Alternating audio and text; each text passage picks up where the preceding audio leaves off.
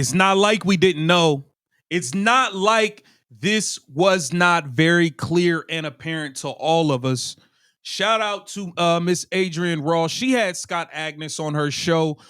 You can go to her YouTube channel and check out the full interview. It was a quality interview.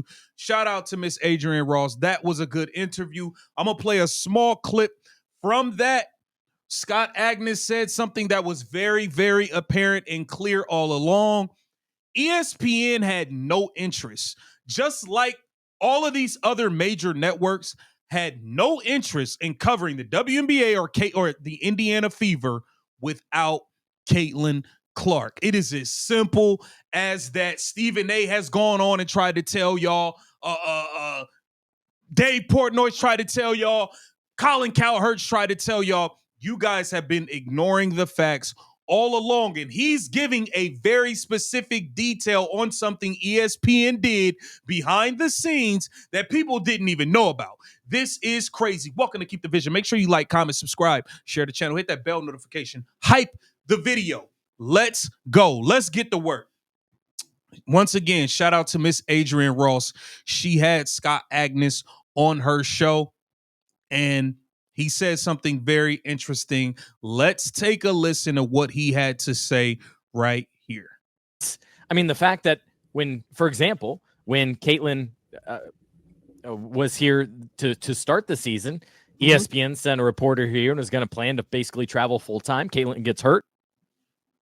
ESPN sent a reporter to Indiana and was going to pay this reporter to follow Caitlin Clark in the Indiana Fever around full time for the full year, the full season. It's going to follow the team around every single every single stop, every single practice, every single press conference, every single meal, every single game. Listen to what he's saying. This is how y'all talking about box office. This is not because of me too.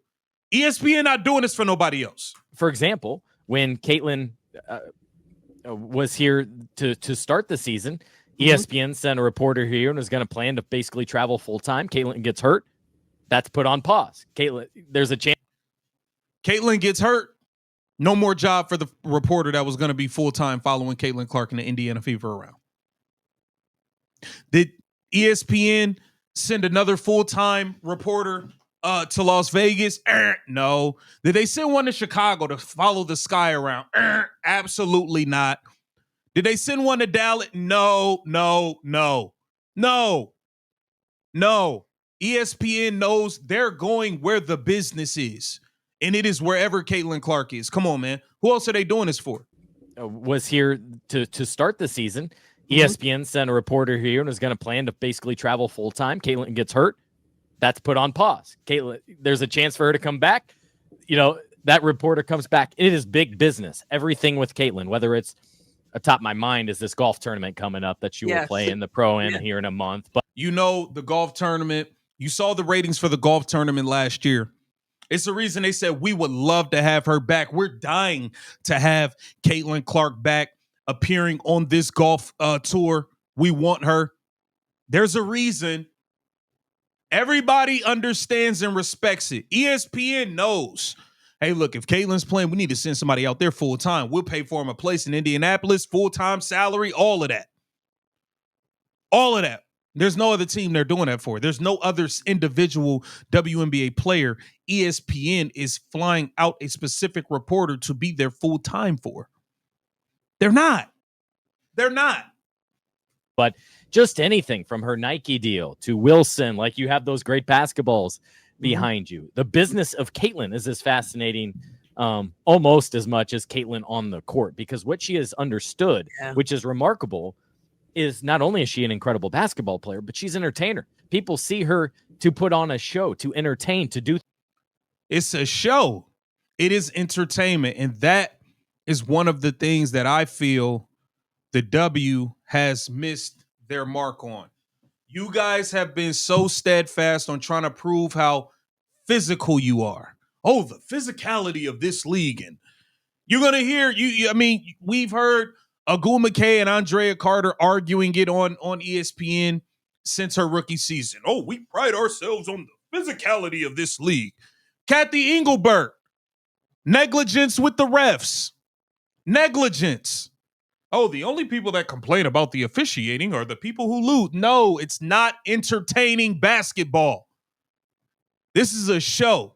Caitlin Clark is a showman, which is why ESPN would do this for her and nobody else. Things that the ordinary person either can't do or not nearly at that high a level. Mm-hmm. And I think she does, as she's expressed several times, she does not take for granted how much these fans are traveling. I mean, Adrian, countless times I'll run into fans in the lobby.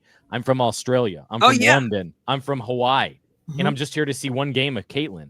Yeah. I'm like, wow. So just to get here, you spent thousands of dollars. Absolutely. And that doesn't even take into account the tickets. So no, she's a whole business to herself. Sure. And again, why I view them as the 31st NBA team. You hear that? The 31st Indiana Fever is the only WNBA team bringing in NBA team money. Let that sink in. Let that sink in. Caitlin Clark alone has the Indiana Fever raking in the type of money that an NBA team brings in. One player. Not because of Me Too. Not because of all of us. Sorry, we have to keep it real. It's not because of all of us. That does not mean you guys are not great basketball players. That don't mean Rakia Jackson is not a bucket. That don't mean Kelsey Plum not nice. That don't mean Nafisa Collier is not a baller. That does not mean that. It just means that is a different level of star power over there. Everybody has embraced the star power that she brings, except the league that she plays in. That's what's so disheartening about it. All of the other successful leagues can acknowledge it and appreciate it, and you guys can't seem to do it. This goes back here to what Stephen A. was saying with Shannon on First Take last year. Those rosters, right? Those players were on there. Do you know that Christian Laettner also was chosen ahead of Shaquille O'Neal and Alonzo Mourning? You know why? He was a two-time national champion. He was a Wooden Award winner. And he was white. And he had his own cachet. He brought it to the table. He was a big-time collegiate player who was white and busting people's you-know-what. They couldn't miss, and they didn't need him. You had Jordan, you had Magic, you had everybody, and you still picked that dude. Why? It wasn't because of basketball, even though he had the basketball credentials. It was because of something else, and they didn't need the pub. But the WNBA does. Talk it, Steven. He's been telling y'all all along. And if you don't notice, how many series and games did First Take cover of the WNBA playoffs this year? Not any. How many times did you hear Colin Cowherd talking about Asia Wilson versus the Phoenix Mercury? None. It didn't happen. It did not happen. And he's been telling you all along why. But you guys have ignored it. Scott Agnes dropped a bomb on Adrian Ross' show today. Salute to her for the interview. That was dope. Get down in the comments. Let me know what you think about this. This Keep the Vision. Make sure you like, comment, subscribe, and share the channel.